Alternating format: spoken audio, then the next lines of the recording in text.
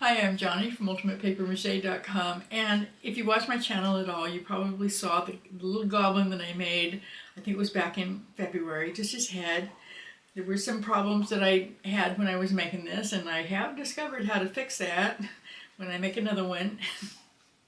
But I was expecting to have a whole family of goblins, not just with heads, but with whole bodies and everything. For my Halloween display, and it didn't happen. And I thought I should probably let people know. A couple of people have actually asked me what happened to those goblins. I knew from the beginning when I was making this that I was going to have more space than just this little table. This is where I usually make all the projects that I create for the channel, and I've got my lights here and everything set up. But this is just a really tiny studio space. Well, it's actually a spare bedroom, really little. If I did put a bigger table in here, it was going to be a little bit crowded, but it would work. And so I knew that that was what I was going to have to do in order to finish the goblins, because their arms and legs and stuff are going to be way too long to fit on a 2-foot wide circular table. It just wasn't going to work. So I was going to do that. In the meantime, I did a whole bunch of other stuff, like planting pumpkins, which took over the entire front yard. They ended up going to a herd of deer that we have here in town. A nice gentleman came in and picked them up for me and took them out to feed the deer, so they didn't go to waste. But they also didn't get stolen by the goblins, because the goblins didn't get a chance to do that next year, but not this year.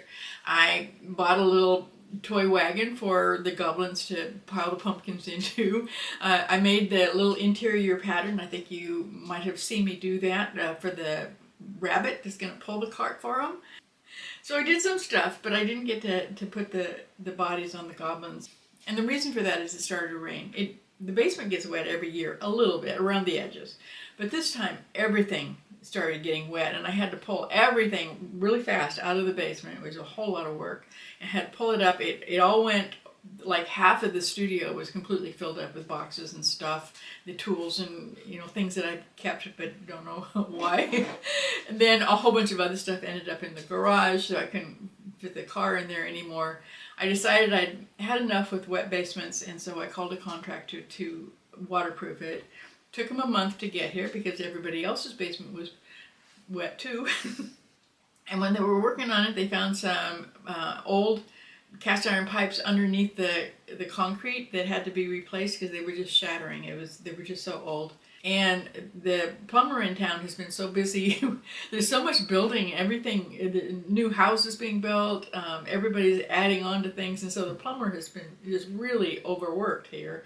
So it took him about a month for him to come out with his jackhammer. By the time that was all done and all of the stuff was back in the basement, so I had actually a little bit of room to move around in the studio, it was too late to actually get the goblins done. I could have rushed it through and just thrown them together to just put out a video, but I've been wanting to do this project for years and I just didn't want to do that. There's going to be Halloween again next year, so it's going to be okay. There are several things that I learned while I was doing the research for this guy, and I'll go ahead and share those with you. The first thing is that I do have 2 really good guest posts out on my blog. Clayton wrote how to make these really cool monsters with a skeleton made out of PVC pipe, and I got some of that out in the garage, and it looks really easy. He uses a heat gun, I think, to make the limbs, the elbows go and the knees any way you want to. He shows us exactly how to do it, and so I'm going to go ahead and use his process for making the bones of my goblin. I can put them in any kind of position I want to, so that's going to be really cool. Now for waterproofing, Linda has a guest post on my website. I'm making this waterproof mushroom that she made years ago.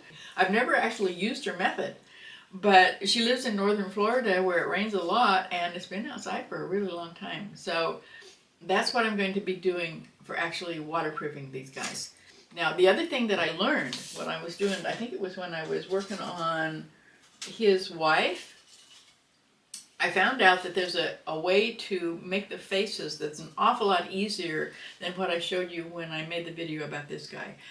For this one, I used an oil-based clay over my mannequin form, and I had a really hard time getting the face off of the mannequin. You can't leave oil-based clay inside of a sculpture because the oil will eventually seep out and ruin the surface of your sculpture. I made that mistake a really long time ago, and I don't do that anymore because it really wrecks it. So you have to get the oil-based clay out, and I couldn't, the clay stuck to the mannequin. It was just kind of a mess. It was really hard, and it was really embarrassing to put that video out. And I'm sure that I knew better, but I forgot. And so the way that you can actually do it really, really easy is to go ahead and put a plastic bag over the mannequin itself before you do anything with the clay. Tape it on so that it's not going to go anywhere, and then put the clay on over the plastic bag. And so you got the form under there, and you have all the shapes that you need, and then go ahead and do your sculpting with your clay. You can use the water-based clay too, it doesn't matter. And then the face just pulls right off, and the clay will still be stuck on the inside of your paper mache, or in this case plaster cloth, but it just pulls out really easy.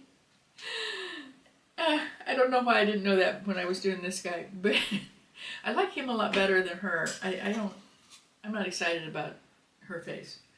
I might make him another wife, but that's what I learned.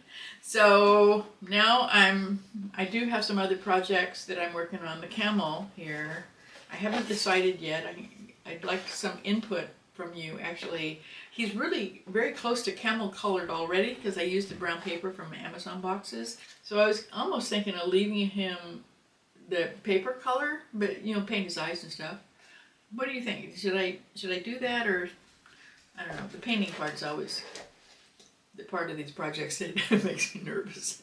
I want to do something for Christmas too, some easy project that would be really fun to do. I haven't thought of one yet. I was thinking of an angel, maybe, doing a pattern that would be, with the wings and stuff. I haven't decided yet though, so if you have an idea for a Christmas project, please let me know, because I would really like to get some input on that. I've been so busy with all the other stuff going on around here, I just haven't had a chance to think about it yet. So if you have an idea, please put it in the comments down below. I have plenty of time between now and next Halloween for the Goblins, so if you have any ideas for them too, please let me know. And in the meantime, go make something and come back and visit me, ultimatepapermache.com. I'll see you there.